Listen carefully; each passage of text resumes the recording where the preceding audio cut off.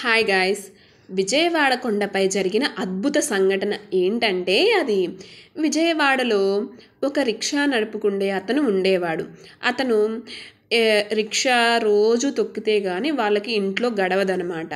అయితే అతను అర్ధరాత్రి 12 గంటల వరకు రిక్షా నడుపుతూనే ఉంటాడు. అయితే ఒకరోజు ఎప్పటిలాగానే సినిమా థియేటర్ దగ్గర ఎవరన్నా ఉన్నారేమో ఎక్కించుకొని వెళ్దామనేసి వస్తాడు. అయితే అక్కడ ఎర్రని చీర కట్టుకొని ఒక పెద్ద ఆవిడ ఉంటుంది. ఆవిడ ఎక్కడికి వెళ్ళాలమ్మా అని అడుగుతారు. అయితే ఇంద్రకీలాద్రి వైపు వస్తావా నాయన అనేసి అడుగుతుంది. అయితే సరే అనేసి ఎక్కించుకొని వెళ్తారు. ఇంకా అలా వెళ్తూ మాట్లాడుకుంటూ, నువ్వు ఈ టైం వరకు నడుపుతున్నావు, నీకు భయం ఉండదా? ఇప్పుడు ఆ కనకదుర్గమ్మ తల్లి జనసంచారం చేస్తుంది కదా, నీకు భయం వేయదా అనేసి ఆ పెద్ద ఆవిడ అడుగుతుంది. నాకెందుకమ్మా భయము, ఆ జగన్మాత అందరినీ కాపాడుతుంది, ఆ జగన్మాత అంటే నాకెందుకు భయము అనేసి సమాధానం ఇస్తాడు రిక్షా అతను. అయితే ఇంకా అలా మాట్లాడుకుంటూ తన కష్టాలన్నీ చెప్పుకుంటూ వెళ్తూ ఉంటారు. అయితే ఇంద్రకీలాద్రి రానే వచ్చింది. అయితే అమ్మవారు అక్కడ ఉంది, అమ్మవారని రిక్షా అతనికి తెలియదు. అమ్మవారు దిగి నడుచుకుంటూ వెళ్తూ ఉంటారు. అమ్మా, మీరు డబ్బులు ఇవ్వడం మర్చిపోయారు అని రిక్షా అతను అడుగుతారు.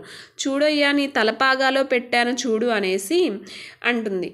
అయితే తలపాగాలో ఒక 10 రూపాయల నోటు, ఒక బంగారపు గాజు కడియం పెట్టి ఉంటుంది. అది చూసి, అమ్మా మీరు మర్చిపోయి బంగారపు కడియం పెట్టారని ఇలా చెప్పి ఇలా తిరిగేలోపే అమ్మవారు మాయమైపోతుంది. అసలు ఆ రిక్షా అతనికి అప్పుడు అర్థం కాదు, ఇదేంటి ఇలా చూస్తే ఎవరు లేరు అనేసి. అప్పుడు అర్థమవుతుంది అక్కడ ఉన్నది సాక్షాత్తు ఆ విజయవాడ కనకదుర్గమ్మ తల్లి అనేసి. ఇంకా ఆ విషయం తెలిసి అతను పెద్దగా కేకలు వేసి, ఇంకా అసలు మనం మాటల్లో వివరించలేము. అతను ఇంకా అలా అరుచుకుంటూ ఉంటే అక్కడ ఉన్న వాళ్ళందరూ బయటికి వచ్చి, ఏంటయ్యా ఏం జరిగింది అనేసారంటే జరిగిందంతా చెప్తారు. నువ్వెంత అదృష్టవంతుడివి, ఆ జగన్మాతను కలిసే అదృష్టం అయితే నీకు దక్కింది అనేసి అందరూ అతనికి నమస్కారాలు చేస్తారు. ఇలాంటి మోర్ ఇన్ఫర్మేషన్ వీడియోస్ కోసం నా ఛానల్ని అయితే ఇప్పుడే సబ్స్క్రైబ్ చేసుకొని, లైక్ చేసి, షేర్ చేసి, కామెంట్ చేయండి. ఆ దుర్గమ్మ ఆశీస్సులు మీ అందరిపై ఉండాలని మనస్ఫూర్తిగా కోరుకుంటున్నాను. ఓం దుర్గామాతయే నమః.